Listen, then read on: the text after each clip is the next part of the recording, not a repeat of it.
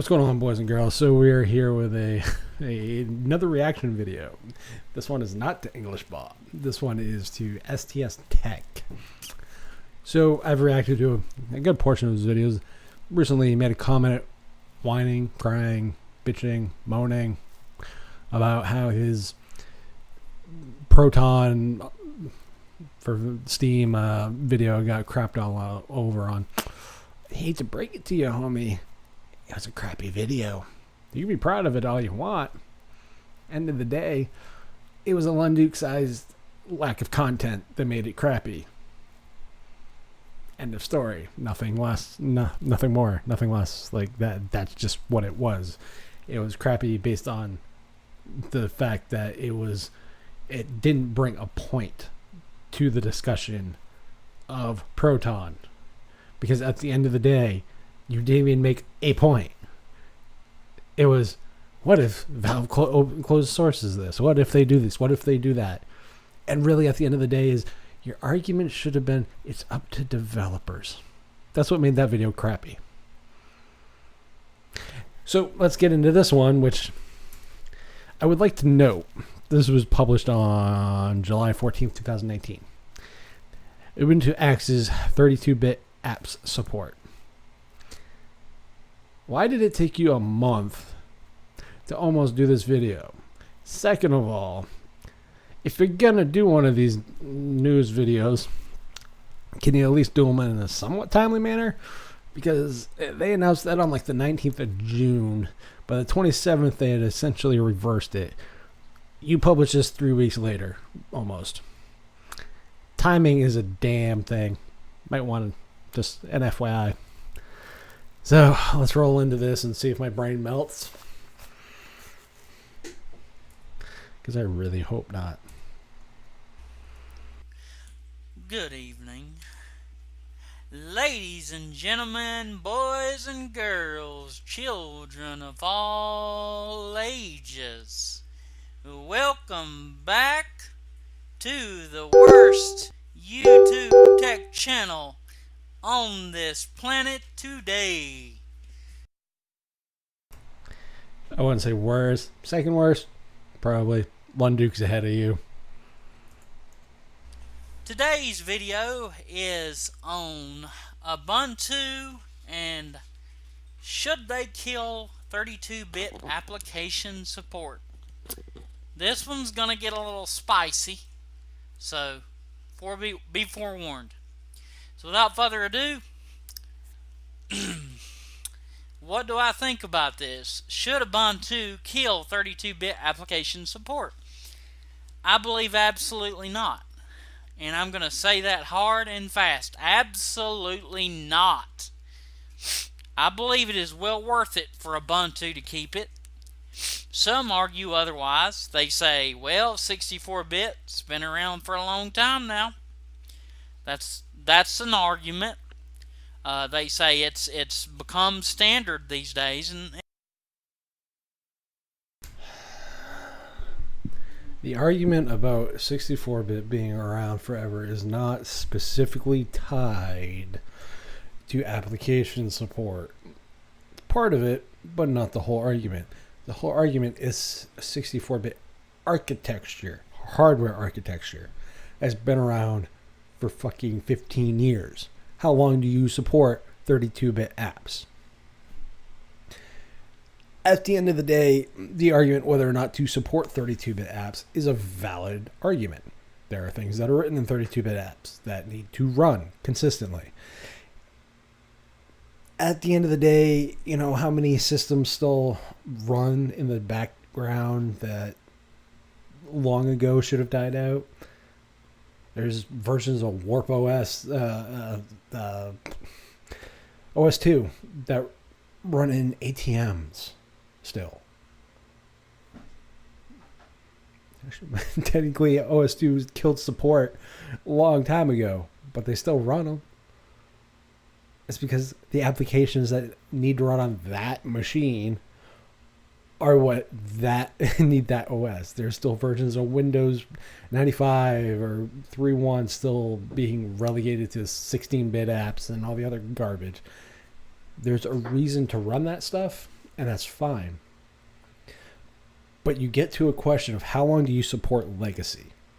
Because at the end of the day, let's take Windows.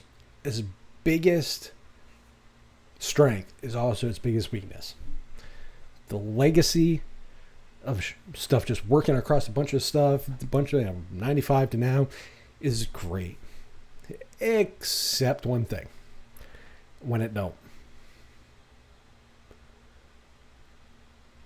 Windows was supposed to have a new file system. They never got that. At the end of the day, Windows has so much cruft in it. That's why they can't get rid of stuff. That's why Windows always seems like it's stuck. You can change the UI, but it still doesn't change the underpinnings of a crappy system. So it's a valid argument to suggest how long do you support it. Now, I'm going to let you get into the rest of this nonsense, but I'm hoping there's a better point than that. It really has. So, why do I feel that way?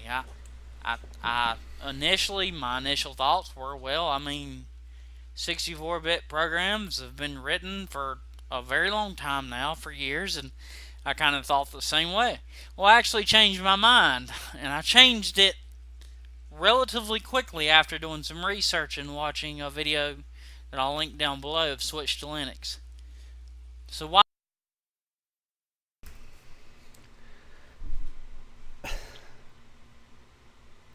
I'm going to try to be really PC on this. I am not a fan of Switch to Linux. You lose a... Do what you want on your channel. I don't care. Doesn't mean I'm going to enjoy it. Doesn't mean other people don't. My critique of it is when you literally wear a fucking tinfoil hat, because a lot of your shit is tinfoil hat. Just saying. If you're worried about Deepin spying on you, I'd be more worried about Windows spying on me, or I'd be more worried about the NSA. And the fact and the irony of someone who's worried about privacy uses YouTube, a Google product. Irony much? Just saying. So, not a big fan of Switch to Linux, but whatever.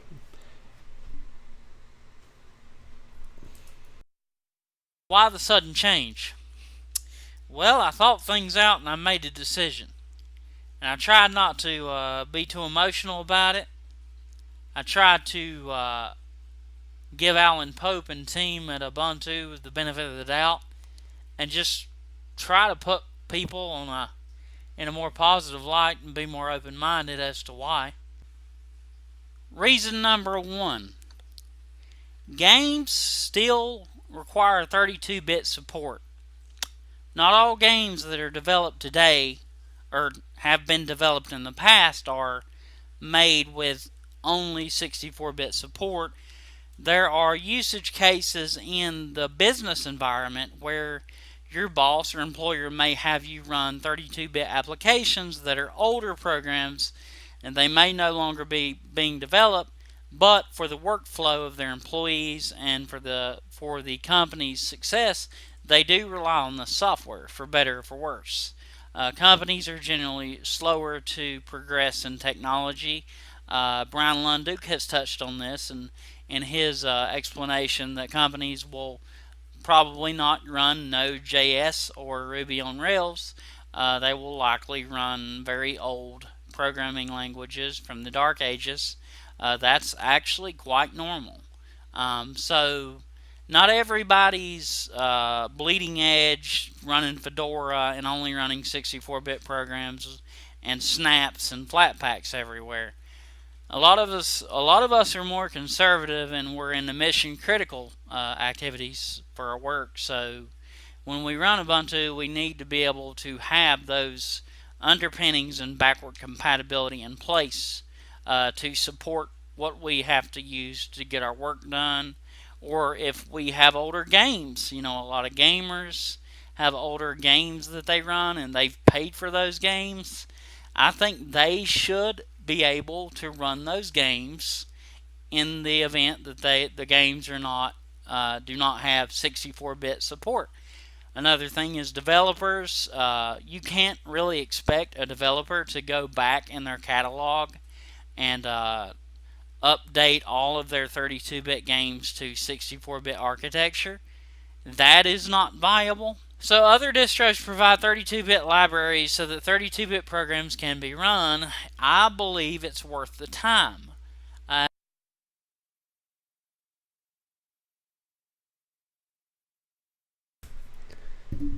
Okay. I mean, I do not like to shock you. You make a valid point. I'm gonna get to my take on this in a bit, but I'm trying to let some of this video play out.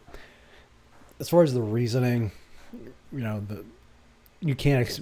It's not a financial incentive for developers to go back and update their video, their games to 64-bit. It's not financial, especially for a niche within a niche. So if you're like a strategy RPG inside of Linux that supports Linux, you're a niche within a niche. Because not only are within the RPG niche, you're in the strategy RPG niche that supports Linux, which is another niche.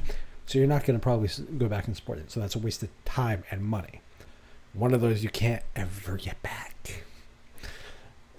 So, in that regard, you actually are correct. Now, as far as giving them the Alan Pope and those guys the benefit of the doubt, I think their communication, what they compromised on for like 2020 or whatever or 2024 for the release, is what they should have done to begin with. Canonical has this big problem. It's called communication. You might want to fix that. They had this, and Popey, I love you to death, but don't give me a discussion was on a mailing list for 2 years. How many fucking people read a mailing list? It really, at the end of the day, it doesn't matter. To me,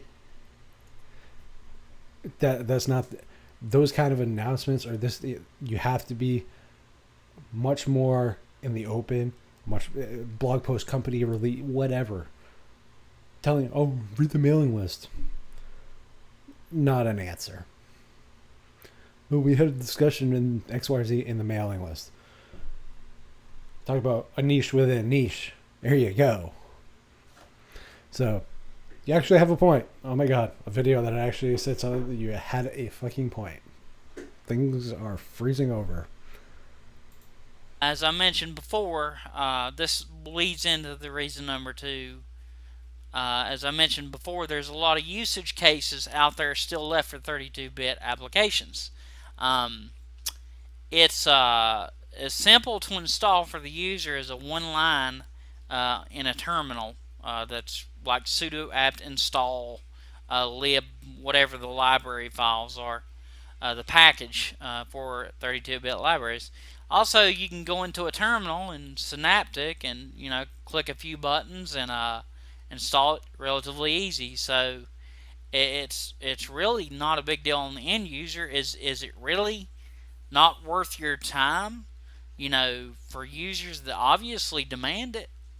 I feel like if they want it, and they're using it, and it's a value to your users, which leads me to number 3. Okay, so as it relates to that particular aspect of things, it boils down to where do you draw the line? I think Canonical could have taken more of the Pop OS approach.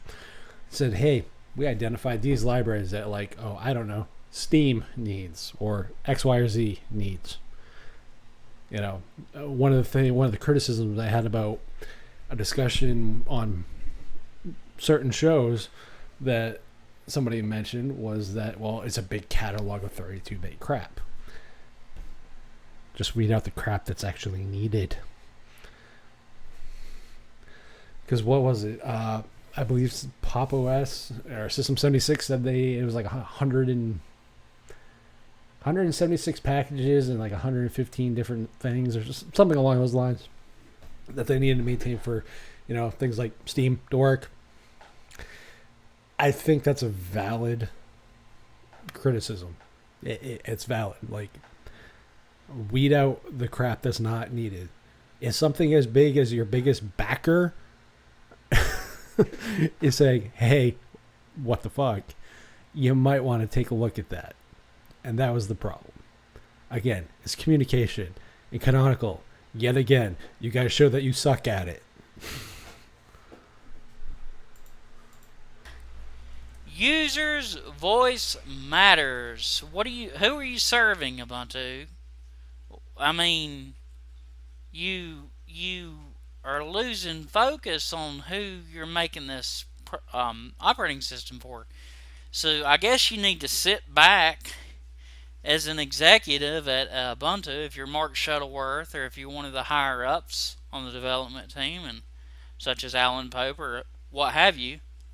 You need to really sit back and say, what are our goals here? Who are we trying to serve? What are we getting at? Why would we be doing this? Number 4, modern day computers run because I feel like they have forgotten their user base. They've made decisions here in the last few years that really seem to be not for us, but what they want to do. And that's all good and well. It's your company. You can run it how you want. But just remember, the reason people install Ubuntu, well, it's FOSS, free and open source, and it's easy to use, and you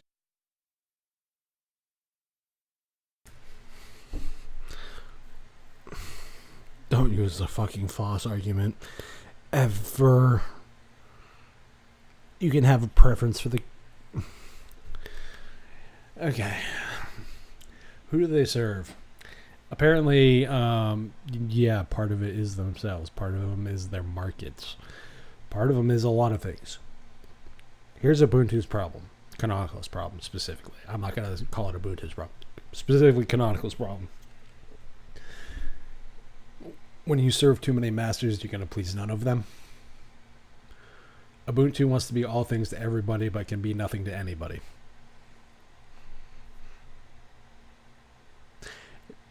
Jack of all trades, master of none. Call it whatever you want. That's really what it boils down to.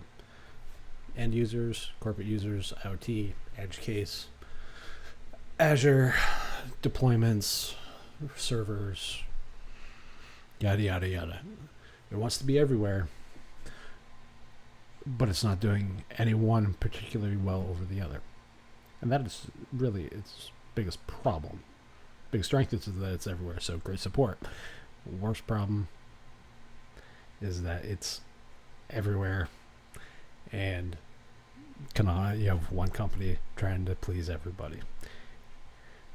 This is the only time you will ever hear me say this and make the same thing said about Microsoft. They try to please everybody, but in the end, they really don't end up pleasing anybody. That is the only similarity I've ever seen between Canonical and Microsoft. new user friendly if you're coming over to Windows. I feel like Ubuntu is losing their identity in that they have made some really bad decisions lately that have only done disservice to the user. It hurts the user. How does this help your users to only have 64-bit application support when they clearly are asking for 32-bit support? So do you care about your users? Does it really matter? Am I just an idiot for thinking that I matter as an Ubuntu user?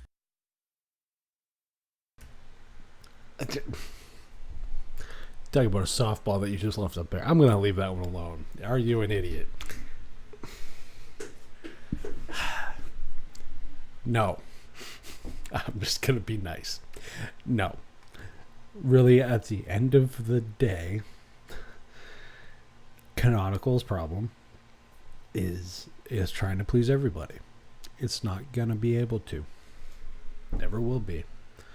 As far as the 32-bit apps, if this was a planned degradation, like, hey, by X time we're not supporting 32-bit apps anymore, that's a different story.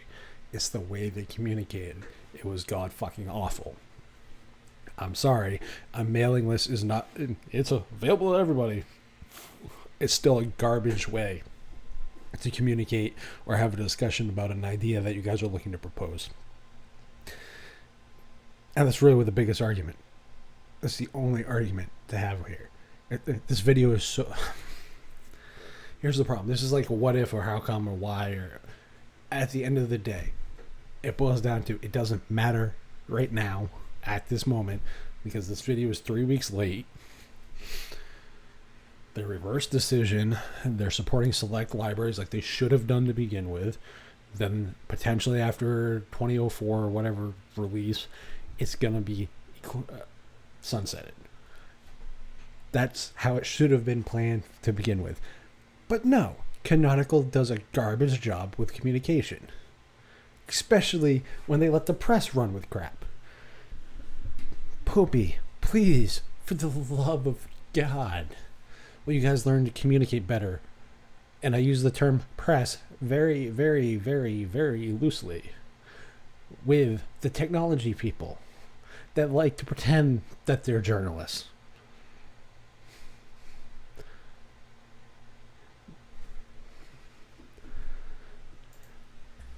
Maybe I am. Maybe I'm just being stupid and you really don't care about your users. If that's the case, just tell us. What are your goals here? Reason number 4 is modern day computers run x86 and x64 applications. What this means is that 32-bit is supported natively in the hardware architecture, but it's a natural progression of technology built upon industry standards. So, just like with USB 2.0, we have USB 3.0 and 3.1 now, which are now starting to become legacy. But USB 3.1 is backwards compatible with USB 2.0. That port will support USB 2.0 connectivity natively. So the way they design that is to work with... So what I'm getting at is the way they design CPUs is to work with the 32-bit application. Well, this is obvious, right? So that's the whole point. If the hardware manufacturers make it to work with 32-bit applications natively, why would you just rip that? What is the real benefit to kill 32-bit application support? So that's the hard question I think we should be asking Ubuntu. What are you trying to do, Ubuntu? What is your end game? Why kill 32-bit support? What is the benefit to me, the end user? And if there is none, tell me. What is the benefit to the company for Ubuntu? What is the benefit to Ubuntu? What are you trying to do? What is killing 32-bit application support going to accomplish? I think that's a hard question that more people should have the guts to ask. But thank you for your time. If you like this video, please feel free to like and subscribe. Subscribe if you want to see more. Leave a comment below. Let me know how I did. Thanks so much. I hope you enjoyed my high energy approach to this. I feel like it comes off better if I'm up and I'm energetic. So I tried to pick a time to shoot this when I was up and feeling good. So that's at night for me. But thanks again and have a great day. The benefit, short version, and despite what anybody else will say, no matter what certain people from certain companies will say that like to maintain a facade, it costs money. How many spins of Ubuntu rely on that back end of Ubuntu that Canonical supports. It's another it's another stack of libraries, it's another server, it's another X, Y, or Z that the company is paying for. And despite what anybody will tell you, it's about money. They can spin as its legacy, yada yada yada. Here's the two things about it. Canonical, your communication after all this time, since the inception of Unity, which FYI I still love, to now, is always terrible, god awful, god fucking awful.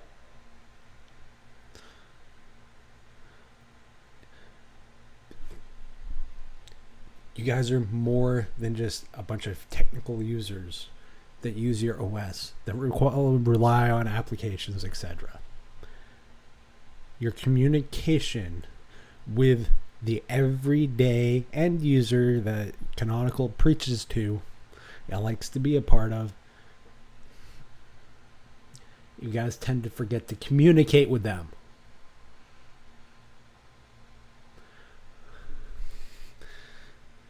So, to STS Tech's end here, it's about the bottom line. It's about shaving off money where they can shave off. That's what companies do.